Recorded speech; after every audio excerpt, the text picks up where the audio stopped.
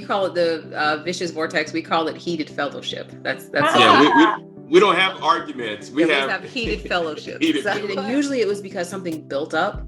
And so something would trigger it. And then we would start to like spew all this stuff out. It was like, but that happened like 6 months ago. Why are you talking about that now? You never said anything before. And then that would create, instead of letting something build, it's like when it happens in the moment, we'll just go to each other and just be like, hey, I want to tell you when this thing happened, it hurt my feelings, or because it's during those moments that you're hot and you're more likely to spew off things that because you're in that moment, you're going to say, but you're going to regret later. Later, the temperature is rising.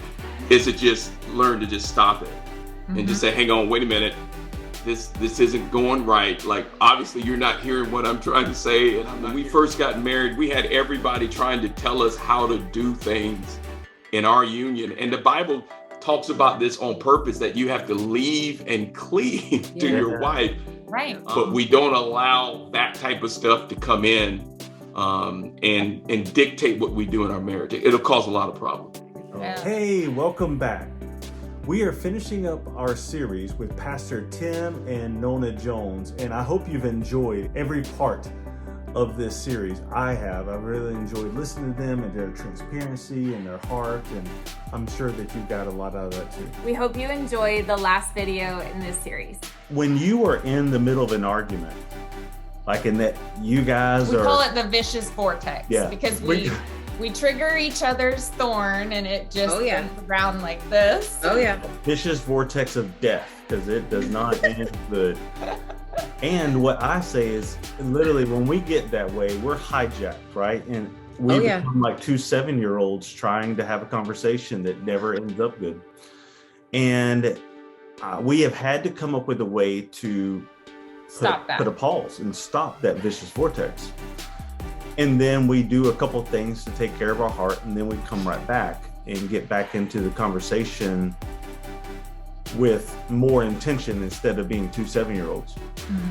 How do you guys do that transition? How do you guys make that, or pause? I don't know if you do a pause, but how would y'all transition? We've gotten better, but I will tell you, you call it the vicious vortex. We call it heated fellowship. That's we don't have arguments. We have heated fellowship. Fellowship.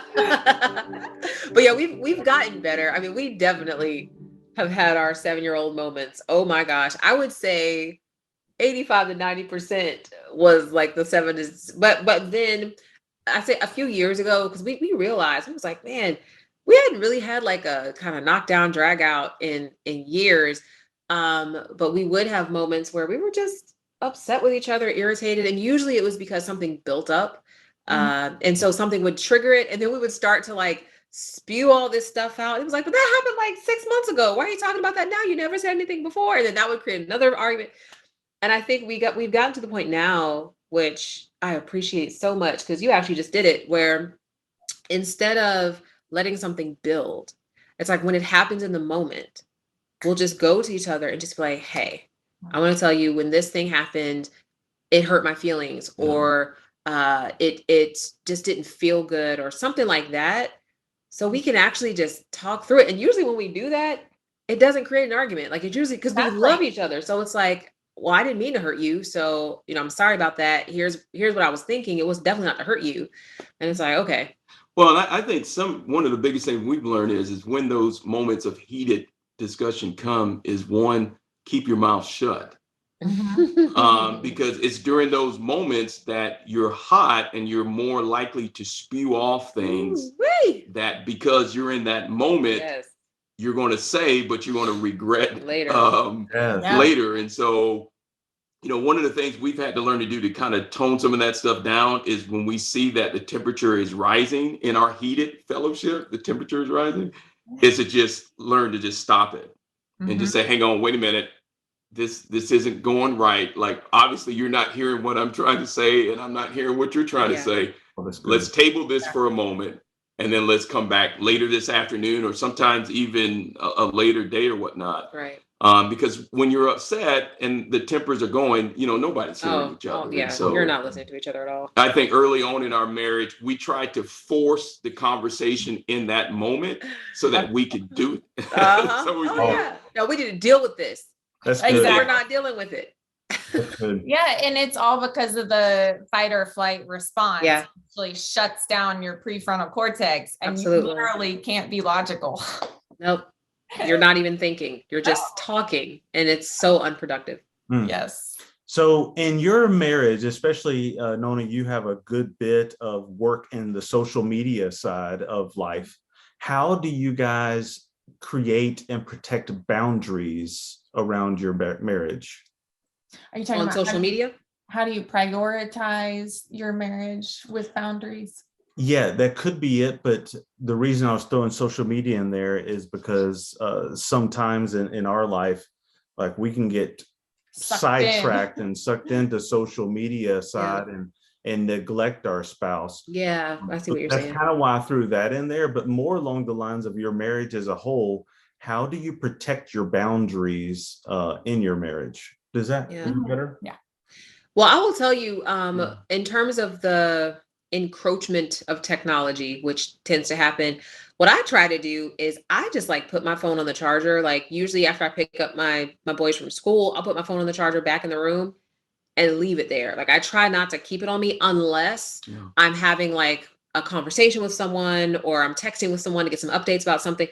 Other than that, I try to put it away and keep it away because you're right. Like it will just become this thing that like sucks you in. And I believe that who's in front of you is the most important relationship you need to be engaged in at that moment. And so we just try to make sure that we keep those boundaries. Yeah, I mean, and schedule time for one another. Yeah.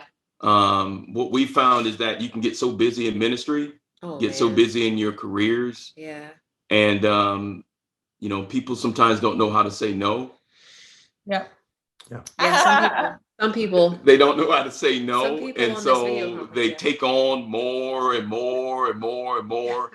And my wife, she has the biggest heart. She loves to serve. She loves to get out there and do stuff. But then she'll book stuff back to back to back to back or whatever it is. Take on all these things, and then you get tired, and then you come home, and then the boys and I are wanting you, and you have nothing left to do. And so it's learning when to say no. I think one of the biggest boundaries that we've had to craft in our marriage is family drama.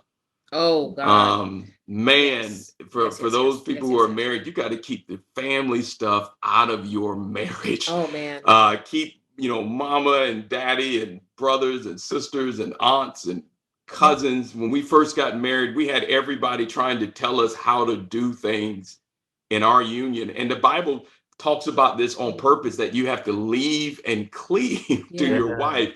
Right. And that was one of the things, in our marriage, having to deal with family stuff and not letting that come in. So we kind of set up boundaries to where whenever issues come up in our marriage, if it's from my family, I deal with it. Yeah. If it's from her family, she deals with it. Yep. But we don't allow that type of stuff to come in and dictate what we do in our marriage. It'll cause a lot of problems. Yeah, that's good. Good boundaries. And then lastly, because obviously we want to respect your time here and thank you for your time, is what can we do to support you guys in your ministry?